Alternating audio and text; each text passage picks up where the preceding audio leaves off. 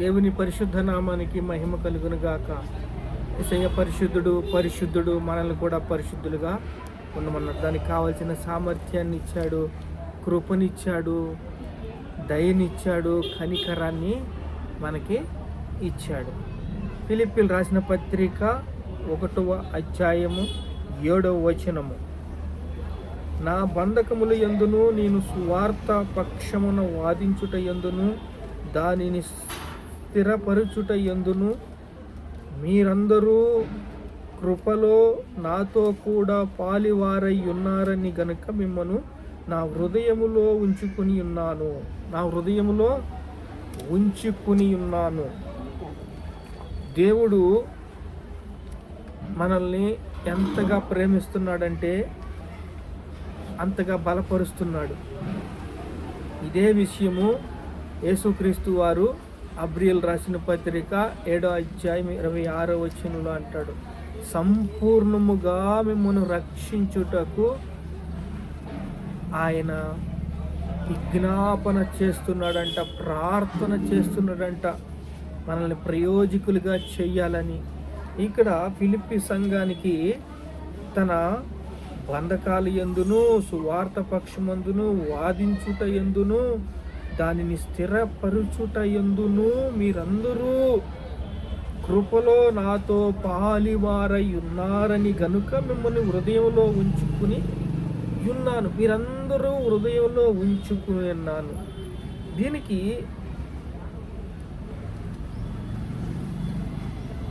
పౌలు ఎక్కడికి వెళ్ళినా చెరసాల సిద్ధంగా ఉంది.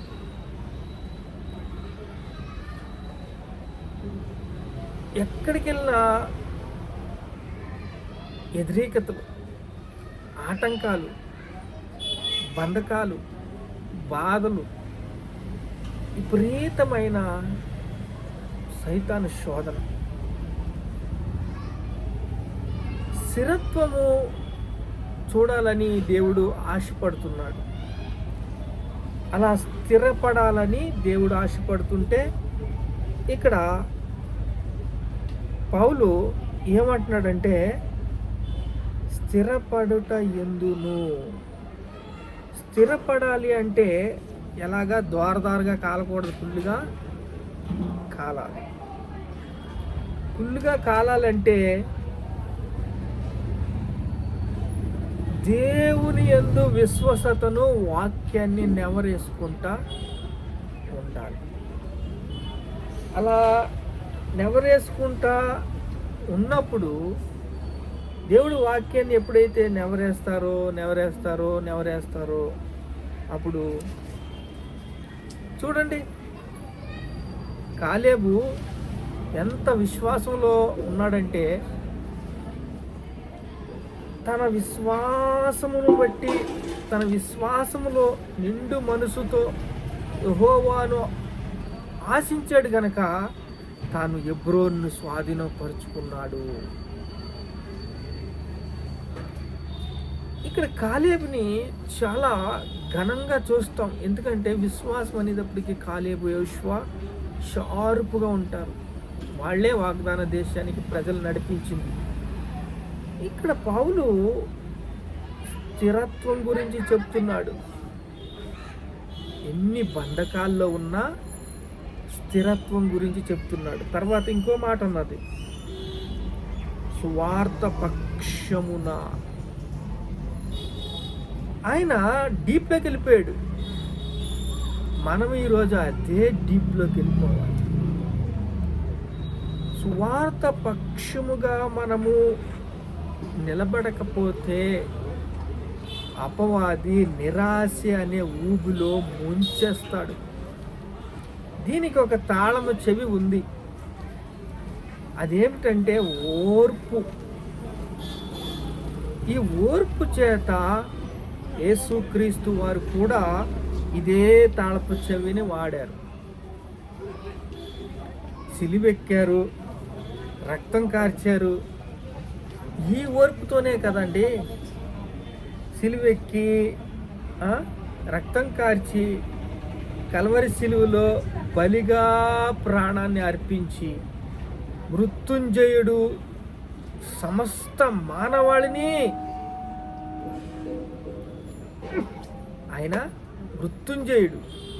సమస్త మానవాళిని రక్షించాలన్నది దేవుని సంకల్పం. ఈ తాళపు చెవిని, ఓర్పు అనే తాళపు చెవిని వాడి యేసుని నమ్మితే, బలియాగాన్ని నమ్మితే, ఎవరైతే నమ్ముతారో వారికి నిత్య జీవము, ఎవరైతే విశ్వసిస్తారో వారికి నిత్య జీవము. ఈ తాళపు చెవిని ఎవరు పట్టుకున్నారంటే యేసుక్రీస్తు వారు బాగా వాడారు. ఇప్పుడు ఆయన పాదాలు పట్టుకుంటే, ఆయన నా దగ్గరికి రండి, నా పాదాలు పట్టుకోండి, మీకు నేను నేర్పిస్తాను అన్నాడు. ఆయన దగ్గర ఏమి నేర్చుకుంటున్నావు? ఓర్పు. మనమంటే ఎలాగంటే పంటికి పన్ను, కంటికి కన్ను, మాట అంటే అనేల్సిందే. కానీ ఈ ఓర్పు చేత పౌలు ఏం చేస్తున్నాడంటే బంధకాల యందు ఉన్నా, బందీగా ఉన్నా సువార్త డీప్లోకి వెళ్ళిపోయాడు.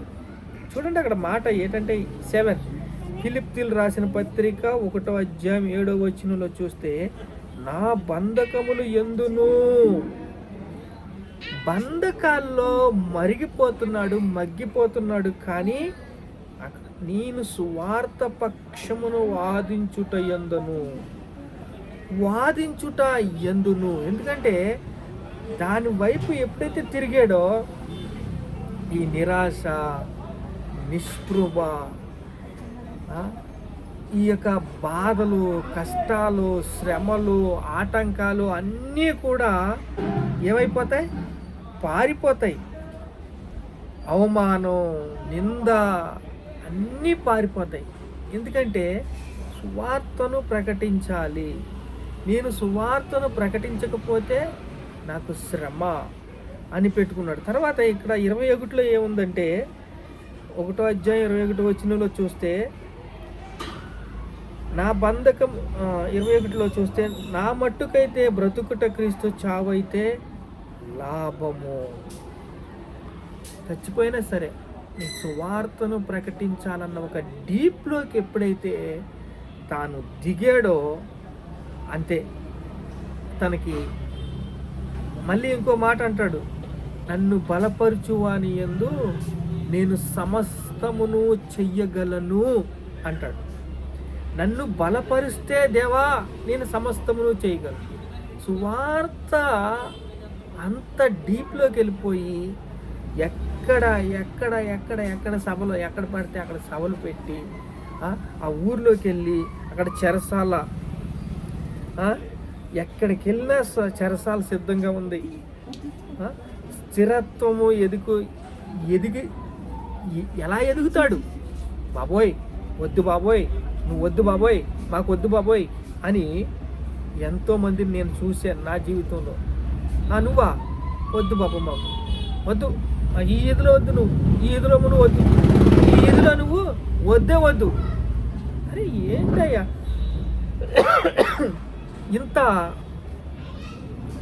ఎందుకు వద్దంటున్నారు? 15 రోజులకే ఖాళీ చేసి,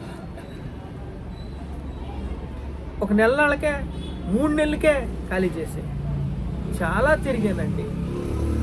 నేను వెళ్ళిన ప్రతి చోట కూడా నాకు వద్దు బాబోయ్, ఈయన వద్దు బాబోయ్ అని గత 2-3 సంవత్సరాలు నేను గతకాలం చెప్తున్నా. ఒక 4 సంవత్సరాలకి గతకాలం చెప్తే ఇదే పరిస్థితులు గుండా నేను వెళ్ళినప్పుడు ఇక్కడ ఓర్పుని నేర్చుకోలేకపోయాను. అప్పుడు కూడా నేర్చుకోలేకపోయాను. ఇప్పుడు ఈ వాక్యము చదువుతుంటే వాక్యములో శక్తిగల వాక్యము మనల్ని ఏం చేస్తుందంటే కీడు నుంచి తప్పిస్తుంది. ఆ నెవరు వేస్తున్నప్పుడు, వాక్యం నెవరు వేస్తున్నప్పుడు ఓర్పుని తాళపు చెవిగా వాడుతున్నాడు. ఎవరు? చూడండి ఇక్కడ చూస్తే 2లో చూస్తే 3 అనుకుంటా, 6 మీ అందరి నిమిత్తము నేను చెయ్యు ప్రతి ప్రార్థనలో ఎల్లప్పుడూ సంతోషముతో ప్రార్థన చేయుచు నేను మిమ్మల్ని జ్ఞాపకము చేసుకున్నప్పుడెల్లా దేవునికి కృతజ్ఞతాస్తుతులు చెల్లించుచున్నాను. నేను చెయ్యి ప్రతి ప్రార్థనలో ఎల్లప్పుడూ మిమ్మల్ని జ్ఞాపకం చేసుకుంటున్నాను, కృతజ్ఞతాస్తుతులు చెల్లిస్తున్నాను. తీవ్రంగా సువార్తను ప్రకటించాలని తీవ్రంగా ఆ మంటలో మునిగిపోయాడు పౌలు. అదే బాటలో మనం కూడా భారంలో, వాక్యములో, దాహంలో ఎటు కూడా మనం వెనక తిరగకూడదని మనకి నేర్పిస్తున్నాడు. 4:19 చూస్తే, ఫిలిప్పీ 4:19 చూడండి, ఒక మాట ఉంటుంది. ఫిలిప్పీ 4:19. ఈ ఓర్పులో తాను ఏమి కనుగొన్నాడంటే,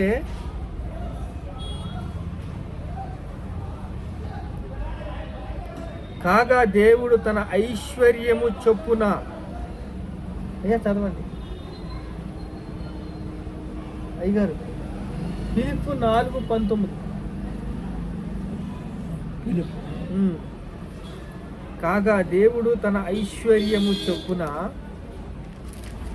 క్రీస్తు యేసునందు మహిమలో మీ ప్రతి అవసరము తీర్చును.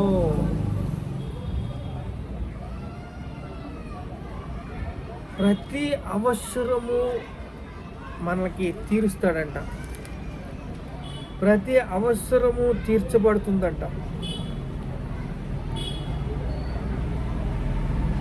ప్రతి అవసరము తీర్చబడుతుంది అంటే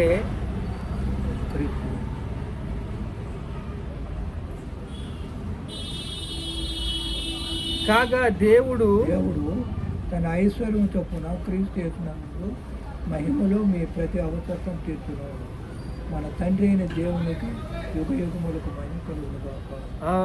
యుగ యుగములు మహిమ కలుగునుగా. ప్రతి అవసరం ఎప్పుడు తీర్చబడుతుందంటే, ఇక్కడ స్థిరత్వము, సువార్తలో రాడ్డు దేరిపోవాలా, స్థిరపడటంలో రాడ్డు దేరిపోవాలా. నేను సువార్త పక్షమునందు వాదించుట యందును స్థిరపడుట యందును మీరందరూ కృపలో నాతో కూడా పాలువారు ఉన్నారు గనక నేను మిమ్మల్ని మీ హృదయంలో ఉంచుకుని ఉన్నాను. హృదయంలో ఉంచుకున్నాడండి. సంఘాన్ని హృదయంలో ఉంచుకోవటం అంటే వాళ్ళ భారాన్ని మోయటం, వాళ్ళ బాధల్ని, కన్నీరుని, బాధని. ఎందుకంటే సంఘం ఎలా అంటే, ఇంకా తుమ్ము వచ్చినా దొగ్గొచ్చినా అయ్యగారు ప్రార్థన చేయండి అంటారు.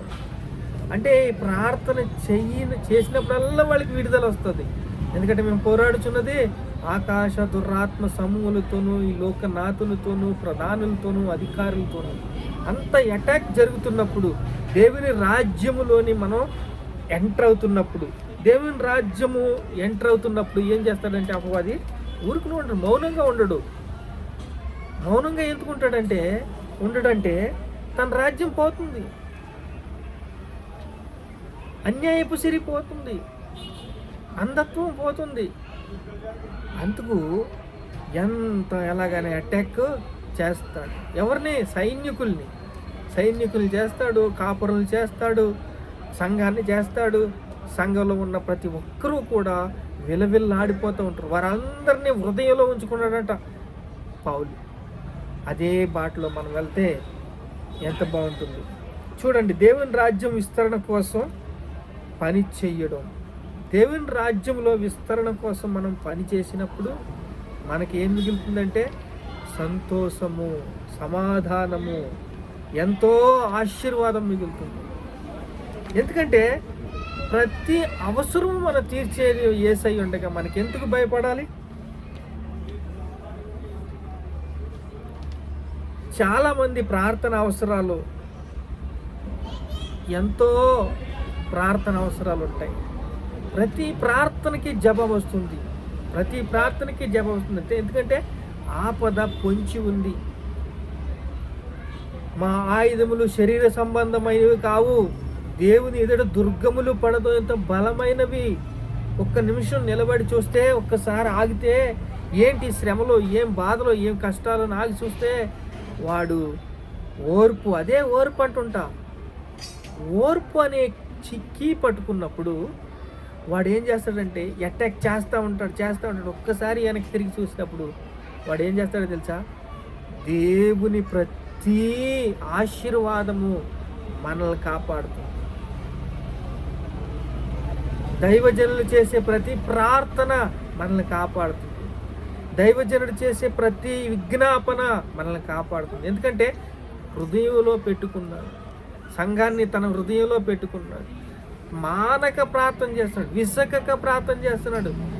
విసకక ప్రార్థన చేసి ఉత్సాహంతో ప్రార్థన చేస్తున్నాడు, ఉల్లాసంగా ప్రార్థన చేస్తున్నాడు, అలా సమూహంగా ప్రార్థన చేస్తున్నాడు. చాలా అవసరము, మనకి ప్రార్థన అవసరము చాలా ఉంది. మీ సరిహద్దులు విశాలపడాలంటే మీకు ప్రార్థన అవసరం. మీ విశ్వాసం బలపడాలంటే ప్రార్థన అవసరం. ప్రార్థన అవసరం. అయ్యగారు ప్రార్థన చేయండి. ప్రతి ప్రార్థనకి జవాబు వస్తుంది. అది ఎప్పుడు? ఓర్పుతో ఒక్కసారి ఆలోచించినప్పుడు. మానక దేవునికి కృతజ్ఞతాస్తుతులు చెల్లించాడు. అదే వాక్యంలో చూడండి, అదే వాక్యంలో ఏముంటుంది?